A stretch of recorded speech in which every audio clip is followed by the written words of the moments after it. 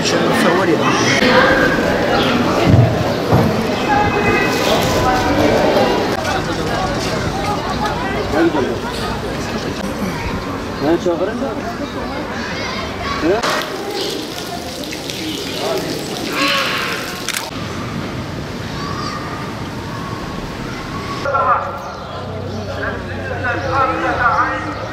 Peygamberler şehrine böyle bir etkinlik kesinlikle yakışmıyor.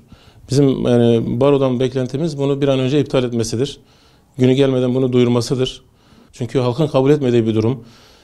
İnancımıza aykırı düşen, özellikle Urfa gibi bir yerde kesinlikle kabul görmeyecek bir durumdur. Ne esnafımıza bir faydası var. Bugün yani öyle bir zamandan geçiyoruz ki ekonomik olarak çok zor bir durumdayız. Esnafımız zor günler yaşıyor, halkımız zor günler yaşıyor. Yaşadığı bu zor zamanlarda böyle bir sapkın düşünceye sahip olan birisinin Urfa'ya gelmesi Urfa'ya hiçbir fayda sağlamayacak. Urfalı insanların, gençlerimizin ahlakını bozmasına vesile olacak. Biz bunu kabul etmiyoruz. Şanlıurfa Peygamber Sevdaları Derneği olarak böyle bir etkinliği kesinlikle kabul etmiyoruz. Böyle bir şey Urfa'ya yakışmıyor. Baroya yakışan, kendisine yakışan halkın değerlerine saygı göstermesidir. Kendisinin yaşadığı Şanlıurfa gibi bir yerde baro böyle bir şeyi yapmamalı. Bu yanlış adımdan bir an önce geri adım atmalı. Öncelikle bizler Şanlıurfa'dayız.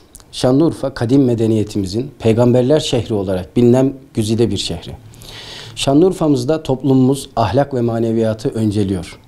Böyle bir toplumda tabii ki ahlak ve maneviyatı öncelemediğimiz zaman toplumda ahlaksızlıklar, sıkıntılar, sorunlar, huzursuzluklar baş gösterecek ve gelecek nesiller için çok büyük sorunlar oluşacaktır. Bu noktada maalesef Şanlıurfa Barosu'nun Barbaros Şansal isimli ahlaksızlık ya da farklı ahlaki, gayri ahlaki düşünceleri temsil eden ve bunun öncülüğünü yapan bir kişinin Şanlıurfa gibi böyle maneviyat dolu bir şehrimizde kariyer günleri, özellikle bu da çok önemli, kariyer günleri adı altındaki, kariyer günleri demek örnek gösterilen kişilerin çağrıldığı programlardır.